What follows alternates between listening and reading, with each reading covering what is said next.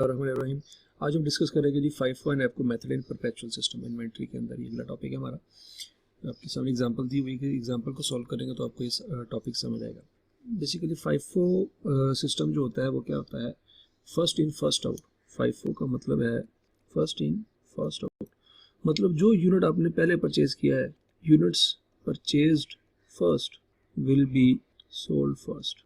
ठीक है, जो यूनिट पहले परचेज किया है वो पहले सेल हो जाएगा। इसका मतलब है जो unit remains in stock will be from latest purchases. ठीक है जी, जो यूनिट आपके पास बच जाएंगे वो लेटेस्ट परचेज वाले पड़े होंगे, वो पुराने नहीं पड़े होंगे। जो सबसे फ्रेश आपने परचेजेस की होंगी साल के एंड पे, उनमें से क्लोजिंग स्टॉक आपका पड़ा होगा। ये है जी first in first out method का। ठीक है, होपफुली आपको ये पॉइंट समझ आ गया होगा। अब हम देखते हैं कि इसका स्टॉक कार्ड या लेजर कार्ड कैसे बनता है। पहली रिक्वायरमेंट है जी prepare ledger cards under FIFO and weighted average cost method. तो फरवरी 1 opening stock 5 units at the rate of 28। इसमें हम देखते हैं जी स्टॉक कार्ड कैसे बनना है। यहाँ पर डेट आएगी, ओपनिंग स्टॉक ये कहूँ फरवरी 5 यूनिट्स उठाइए ₹2 के हिसाब से, 5 यूनिट से 28 के हिसाब से। ठीक है जी, तो यहाँ पे यूनिट्स लिखे जाएंगे, यहाँ पे रेट लिखा जाएगा, यहाँ पे टोटल अमाउंट लिखी जाएगी 140। परचेजेज हैं जी 5 यूनिट्स ₹32 के हिसाब से 4 फरवरी की। अच्छा, अब ये याद रखना है कि पहले आपके पास 5 यूनिट पड़े हुए थे, 5 यूनिट आपने मजीद परचेज किए हैं। पहले वाले यूनिट ₹28 के हिसाब से थे, अब वाले यूनिट ₹32 के हिसाब से। तो अब हम इन दोनों को इकट्ठा लिखेंगे, मतलब पुराने वाला स्टॉक भी आएगा 5 units at the rate of 28 is 140 and 5 units at the rate of 32 160। ठीक है जी, ये दोनों इकट्ठे आएंगे। तो मतलब फर्स्ट इन फर्स्ट आउट में होता ये है कि हर यूनिट जिस परचेज प्राइस पे रिकॉर्ड होगा ना, वो उसको अपने ओरिजिनल परचेज प्राइस पे ही हम अपने पास रखेंगे। अच्छा जी, ये भी हो गया। हमने ये परचेज की थी 4 फरवरी को, उसके बाद 18 फरवरी को परचेज किए 10 यूनिट्स 34 पे। तो यहाँ पे 18 तारीख लिखेंगे, 10 यूनिट्स 34 के हिसाब से 340। तो अब हमारे पास इस तारीख पे पुराने यूनिट्स आ रहे हैं 140, 5 32 के हिसाब से 160 और 10 34 के हिसाब से 340। ये तीनों का बैलेंस आ जाएगा इस तरह से। ठीक है जी, ये भी रिकॉर्ड हो गया। अब 18 के बाद आती है 19 तारीख। 19 तारीख को आपने 8 यूनिट सेल किए हैं। ठीक है जी, 19 तारीख को आपने 8 यूनिट सेल किए हैं ₹60 के हिसाब से। अब सेल वाला जो पॉइंट है वो इशू वाले कॉलम में आएगा। यहाँ पे लिखते हैं जी 19 तारीख, कितने यूनिट आपने कीजिए 8। अच्छा, 8 यूनिट जब आपने बेचे हैं तो वो उसका प्रोसीजर क्या होगा, फर्स्ट इन फर्स्ट आउट का मतलब ये है जो सबसे पुराने यूनिट है ना 5, पहले तो वो सेल होंगे। तो 5 यूनिट हैं एट द रेट ऑफ 28 आपके पास पड़े हुए थे, 140 के हिसाब से ये निकल जाएंगे। बाकी जो 3 यूनिट हैं वो इसमें से निकलेंगे, मतलब 32 के हिसाब से सेल होंगे। तो 32 इंटू 3 हो जाएगा जी, 3 इंटू 2 6, 3 इंटू 3 9, ₹96 की कॉस्ट जो है वो यहाँ से निकल जाएगी। तो अब रिमेनिंग यूनिट्स जो आपके पास, जो ये जो कॉलम है ये बैलेंस का है। तो बैलेंस अब जब आपके पास बचेगा उसमें से 2 यूनिट ये बचेंगे, ये तो खत्म हो गए, 2 यूनिट इसमें से बचेंगे 64 और 10 यूनिट ये वाले 340। ठीक है जी, ये आपको होपफुली समझ आ गया होगा कि फर्स्ट इन फर्स्ट आउट का मतलब क्या है। अच्छा जी, 19 तारीख भी आ गई। अब 27 तारीख को 20 यूनिट परचेज किए थे एट द रेट ऑफ 40। 27 तारीख है 20 units at the rate of 40, ये बन जाएंगे 800। तो अब आपके पास जब 20 यूनिट्स मजीद आ गए तो सिचुएशन कुछ ये होगी कि 2 यूनिट्स तो पड़े हुए हैं 32 के हिसाब से, 10 यूनिट पड़े हुए हैं 34 के हिसाब से, और 20 यूनिट मजीद आ गए आपके पास 40 के हिसाब से, ये हो गया 800। ये टोटल बैलेंस आपके पास आ गया इस तारीख को, 27 तारीख को। अब 28 तारीख को 24 यूनिट आपने सेल किए। 24 यूनिट जब आपने सेल किए हैं तो उसमें होगा ये सबसे पुराने जो यूनिट है 2 ये निकलेंगे 32 के हिसाब से 64, फिर 10 ये निकलेंगे 34 के हिसाब से 340, 12 हो गए और 12 और निकलने हैं। तो जो 12 यूनिट है वो 40 के हिसाब से निकलेंगे, 480 ये हो गए। ठीक है जी, तो बाकी बच गए 8 यूनिट 40 के हिसाब से 320 ये बच गए। ठीक है जी, तो आपका जो क्लोजिंग स्टॉक है वो लेटेस्ट परचेज पे पड़ा हुआ है। लेटेस्ट जो परचेज आपने किए थे ना वो पड़ा हुआ, बाकी पिछले सारे सेल आउट हो गए। अब हम देखते हैं ये हमारी रिक्वायरमेंट क्या है इस सवाल में। Prepare ledger cards under FIFO and weighted average cost method. हमने FIFO के हिसाब से कैलकुलेशन कर ली है, FIFO के हिसाब से हमने बना लिया है। अब पहला पॉइंट है जी क्लोजिंग स्टॉक 8 यूनिट्स है एट द रेट ऑफ 40, तो 320 उसकी कॉस्ट है, 320 कॉस्ट है, ये 8 unit at the rate of 40 आपके पास पड़े हुए हैं। अच्छा, next calculate the cost of sale and sales, point number 2, cost of sale निकालिए, सेल निकालनी, also prepare income statement, extract selling price 60 through the year. Cost of sale याद रखिएगा, ये जो इशू का कॉलम होता है, इशू हुआ, ये बेसिकली यहाँ पे आपने जो स्टॉक बेचा होता है वो रिकॉर्ड होता है, लेकिन किस पे, ये कॉस्ट पे है, ये कॉस्ट प्राइस है, ये 140, ये 96, ये 64, ये 340, ये 480, ये कॉस्ट प्राइस पे रिकॉर्ड हुआ पड़ा है, क्योंकि यूनिट आपने जो बेचे हैं, जो यूनिट आपने बेचे 60 रुपये के हिसाब से बेचे हैं, ये सेल प्राइस है, लेकिन जब वो आपके स्टॉक में से निकलेंगे तो कॉस्ट प्राइस पे निकलेंगे, क्योंकि स्टॉक अकाउंट में ऐड हुए थे कॉस्ट पे, तो निकलेंगे भी कॉस्ट पे। ठीक है जी, तो ये वो यूनिट्स हैं, ये उन यूनिट्स की कॉस्ट है जो सेल हो गए हैं, this is called cost of cell.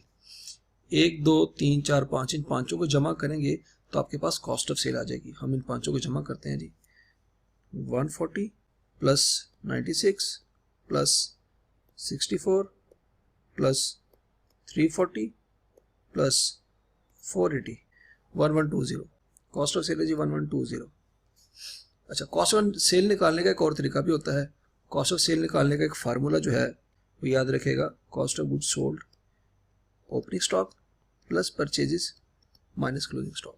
तो ओपनिंग स्टॉक की वैल्यू हम देख लेते हैं, ये ओपनिंग स्टॉक लिखा हुआ है 140 का, तो ओपनिंग स्टॉक तो हो गया 140, परचेजेस आपके पास ये आ रही है 160, 340 और 800, ये परचेजेस का कॉलम है, तो 160, 340, 800 जमा कर लेते हैं, 160 प्लस 340 प्लस 800, 1300, तुम्हारी परचेज आ गई जी 1300 माइनस क्लोजिंग स्टॉक 320। अब कैलकुलेटर में चेक करें तो 1300 प्लस 140 माइनस 320, 1120। ठीक है जी, ये 1120 सेम आंसर आ रहा है। तो या आप ये कर लें कि इशू वाला कॉलम जो है, इस कॉलम को का टोटल कर लें तो भी आपका आंसर 1120 ही आएगा, या आप ओपनिंग स्टॉक ले लें, उसमें परचेजेज ऐड कर लें और क्लोजिंग स्टॉक माइनस कर लें, तब भी आंसर आपका सेम आता है। दोनों में से जो मर्जी मेथड आप फॉलो कर लें। अच्छा जी, अब उसने कहा इनकम स्टेटमेंट एक्सट्रैक्ट बनाए, इनकम स्टेटमेंट एक्सट्रैक्ट आपने बनाना है, उसका तरीका क्या है जी, income extract of income statement, extract of income से सबसे पहले आती है सेल्स। सेल्स आपने यूनिट कितने सेल किए हैं वो देखा जाएगा, पहले 5 और 3 8 यूनिट ये सेल किए हैं और 24 यूनिट ये सेल किए हैं, यहाँ पे लिखा भी होगा वैसे, यहाँ पे देखें सेल 8 और 24, 32 यूनिट सेल किए एट द रेट ऑफ 60, तो 32 यूनिट आपने सेल किए हैं at the rate of 60, 60 into 32, 1920, ये आ गई sale less cost of sale, उसमें आता है ओपनिंग स्टॉक जो कि 140 है प्लस परचेजेस जो कि 1300 है लेस क्लोजिंग स्टॉक जो कि 320 है, इसका आंसर आएगा 1120। तो आपके पास यहाँ पे आ जाएगा ग्रॉस प्रॉफिट 1920 माइनस 1120, 800, आपके पास ग्रॉस प्रॉफिट आ गया जी 800। ठीक हो गया जी। अच्छा जी, अब ये सारे का सारा काम हमने किया है जब हमारे पास मेथड था FIFO। अभी हमने वेटेड एवरेज की बात नहीं की, अभी हम करते हैं वेटेड एवरेज वाला सवाल सॉल्व करते हैं और उसमें हम सवाल को देखते हैं कि कैसे सॉल्व होगा। ओपनिंग स्टॉक आएगा जी सबसे पहले 5 यूनिट्स हैं 28 रुपये के हिसाब से, ठीक है जी। अब परचेज किए जी 5 यूनिट्स 32 रुपये के हिसाब से, वो यहाँ पे आ जाएगा 160। अब करना ये है कि पिछले 5 यूनिट और अगले 5 यूनिट्स इनको ऐड करके लिख लेना आप, ठीक हो गया, ये चीज़ क्लियर कर लें। और पिछली अमाउंट और अगली अमाउंट इनको भी जमा करके लिख लेना है, 140 और 160, ये हो जाएगा 300। अब टोटल अमाउंट को डिवाइड कर देना है अपने टोटल यूनिट्स के साथ और आपके पास एक एवरेज रेट आ जाएगा 30, तो ये एवरेज रेट पे रिकॉर्ड होंगे 30 पे, ठीक है जी। FIFO में आपने क्या किया था, 5 यूनिट्स 28 पे और 5 यूनिट 32 पे अलग अलग रिकॉर्ड हुए थे। यहाँ पे आपने क्या किया, ना 28 रिकॉर्ड किया ना 32 रिकॉर्ड किया, दोनों को मिक्स कर दिया। वेटेड एवरेज में ना पुराना रेट होता है ना नया रेट होता है, हर परचेज पे पिछले रेट को और अगले रेट को मिक्स करके एक नया रेट निकाल लिया जाता है, ठीक है जी। ये इंपॉर्टेंट पॉइंट है, ये मेजर डिफरेंस है FIFO और FIFO के दरम्यान, ये आपने याद रखा, ठीक है जी। 10 के 10 यूनिट एक रेट पे रिकॉर्ड हो रहे हैं। फिर क्या हुआ जी, फिर 10 यूनिट परचेज हुए 34 पे, 10 यूनिट्स 34 पे, 340, पहली परचेज 4 फरवरी को, फिर 18 फरवरी को, यहाँ पे 4 लिखेंगे जी 2, फिर 18 2। अब देखें तरीका क्या है, पिछले यूनिट और अगले यूनिट को जमा कर लें, 20, पिछली अमाउंट और अगली अमाउंट को जमा कर लें, 640, और 640 को 20 पे डिवाइड करें, आपके पास एक एवरेज रेट आ जाएगा जो कि बनता है 32 पे आपने इसको रिकॉर्ड कर लेना है। ठीक हो गया जी। अच्छा जी, अब आपने सेल किए 8 यूनिट्स, तो अब 8 के 8 यूनिट्स जो कि किस तारीख को सेल हो रहे हैं, 19 तारीख को। अब 8 के 8 यूनिट्स इस रेट पे इशू होंगे 32 पे, तो ये हो जाएगा जी 8 रिजर्व 16 256। ठीक हो गया जी। अब 12 यूनिट्स बचे हुए हैं 32 पे, अब 640 में से 256 माइनस कर लें। ठीक है जी, याद रखिएगा जब भी आपने यहाँ पे बैलेंस फिगर लिखनी होगी, आप इस पिछले टोटल में से ये वाली वैल्यू आपने हमेशा माइनस करनी है। इसमें तो शायद आप टोटल मल्टीप्लाई करके भी आंसर निकालें। व्हाट इफ यहाँ पे 32.16 होता, मतलब फ्रैक्शन में अगर रेट होता, तो आपको यही काम करना पड़ेगा जो मैं आपको समझा रहा हूँ। बहुत इंपॉर्टेंट है, इसमें कोई हिकमत ज़रूर है, जो मैं बात बता रहा हूँ आपने इसको याद रखना है, आपको अगले सवालों में फ़ायदा देगा। तो 640 माइनस 256 384 पे रिकॉर्ड करेंगे। उसके बाद 20 यूनिट परचेज किए 40 पे 800।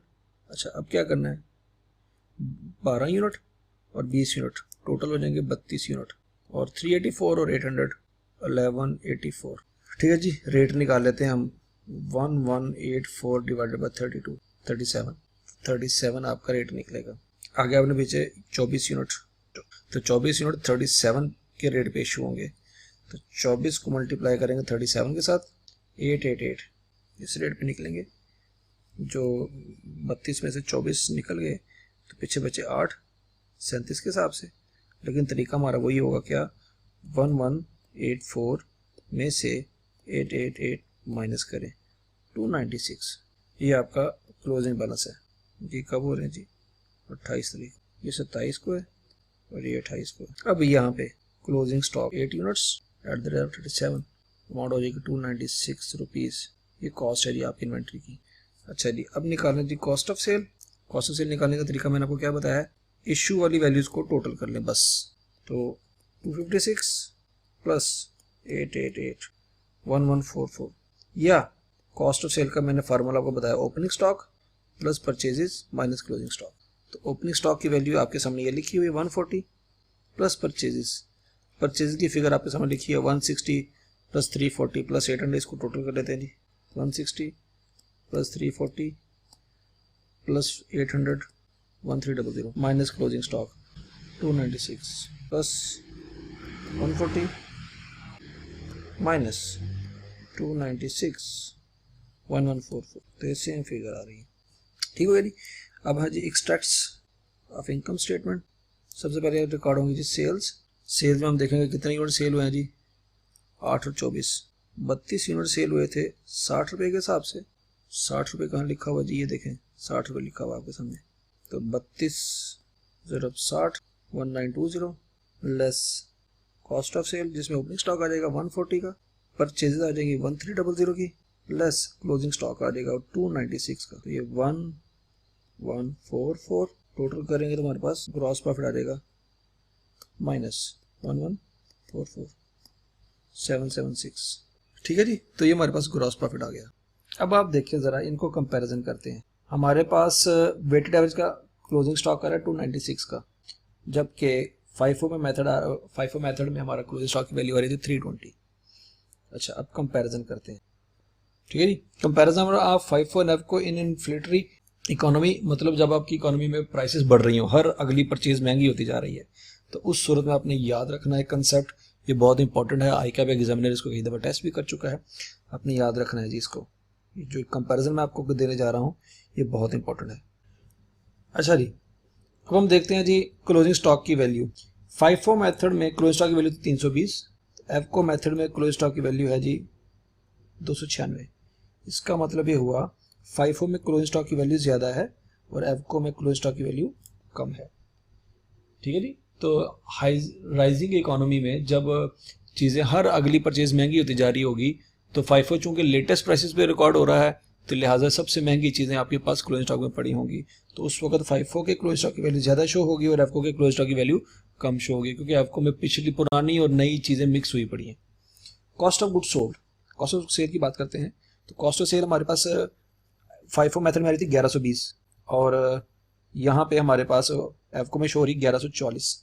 तो इसका मतलब ये हुआ FIFO में आपकी CGS कम आ रही है और एफको में आपकी CGS ज़्यादा शो हो रही है। इसकी लॉजिक ये है क्योंकि क्लोजिंग स्टॉक की वैल्यू CGS में माइनस होती है, तो ज़्यादा वैल्यू माइनस होगी तो कम आंसर आएगा, कम वैल्यू माइनस होगी तो ज़्यादा आंसर आएगा। मतलब क्लोजिंग स्टॉक की वैल्यू बड़ी है CGS कम होगी और क्लोजिंग स्टॉक की वैल्यू कम है तो CGS ज़्यादा शो होगी। अब हम GP की बात करते हैं, ग्रॉस प्रॉफिट। तो FIFO में ग्रॉस प्रॉफिट आ रहा है 800 और एफको में ग्रॉस प्रॉफिट आ रहा है 776। इसका मतलब है FIFO का ग्रॉस प्रॉफिट ज़्यादा है और एफको का ग्रॉस प्रॉफिट कम है। ठीक है जी, इसका मतलब ये हुआ क्लोजिंग स्टॉक का ग्रॉस प्रॉफिट के साथ डायरेक्ट रिलेशन है, डायरेक्टली इन्वॉल्व है ये। ठीक है जी, मतलब क्लोजिंग स्टॉक की वैल्यू ज़्यादा है तो ग्रॉस प्रॉफिट हमेशा ज़्यादा होगा, क्लोजिंग स्टॉक की वैल्यू कम है तो ग्रॉस प्रॉफिट की वैल्यू कम होगी। अब नेट प्रॉफिट की बात करते हैं। सिंपल सी बात है, ग्रॉस प्रॉफिट ज़्यादा होगा तो नेट प्रॉफिट भी ज़्यादा होगा, ग्रॉस प्रॉफिट कम होगा तो नेट प्रॉफिट भी कम होगा। ठीक है जी। अच्छा, अब हम करंट एसेट की तरफ चलते हैं। क्लोजिंग स्टॉक बेसिकली हमारा करंट एसेट है। क्लोजिंग स्टॉक ने बैलेंस शीट में जाके डेटर्स के नीचे लिखा जाना होता है, ये हमारा करंट एसेट है। तो जैसे ही आप क्लोजिंग स्टॉक की वैल्यू बढ़ जाएगी तो बैलेंस शीट में आपके करंट एसेट की वैल्यू भी बढ़ जाएगी, और अगर क्लोजिंग स्टॉक की वैल्यू कम है तो बैलेंस शीट में या स्टेटमेंट ऑफ फाइनेंशियल पोजीशन में करंट एसेट की वैल्यू भी कम हो जाएगी। इक्विटी, चूंकि आपका नेट प्रॉफिट बढ़ेगा तो आपकी इक्विटी भी बढ़ जाएगी, और नेट प्रॉफिट अगर आपका कम होगा तो आपकी इक्विटी भी कम हो जाएगी। याद रखिएगा, क्यों? क्योंकि नेट प्रॉफिट ने इक्विटी में जाके ऐड ऑन होता है। तो ये देखिएगा गौर से, FIFO अगर ज़्यादा है, FIFO से स्टॉक की वैल्यू ज़्यादा शो हो रही है, ग्रॉस प्रॉफिट भी ज़्यादा, नेट प्रॉफिट भी ज़्यादा, करंट एसेट भी ज़्यादा और इक्विटी भी ज़्यादा। ठीक है जी। और अगर एफको की बात करें हम, तो एफको में अगर स्टॉक की वैल्यू कम है तो आपका ग्रॉस प्रॉफिट भी कम आएगा, नेट प्रॉफिट भी कम आएगा, करंट एसेट की वैल्यू भी कम आ जाएगी और इक्विटी की वैल्यू भी कम शो होगी। तो स्टॉक की वैल्यू का सिर्फ इनवर्स रिलेशन है CGS के साथ, बाकी सब के साथ जो है डायरेक्ट रिलेशन है। ठीक है जी। तो आज के बाद आपने याद रखना है कि जो FIFO या एफको मेथड है उनकी वैल्यूएशन अफेक्ट करती है इन तमाम चीज़ों को। क्लोजिंग स्टॉक की वैल्यू का इनवर्स रिलेशन होता है कॉस्ट ऑफ गुड्स सोल्ड के साथ, और बाकी ग्रॉस प्रॉफिट के साथ, नेट प्रॉफिट के साथ, करंट एसेट के साथ और इक्विटी के साथ डायरेक्ट रिलेशन शो होता है। ठीक है जी। आई होप आपको आज ये FIFO और एफको की कैलकुलेशन समझ आई होगी, और FIFO और एफको का ओवरऑल फाइनेंशियल स्टेटमेंट पे क्या इम्पैक्ट होता है वो भी आज आपको समझ आया होगा।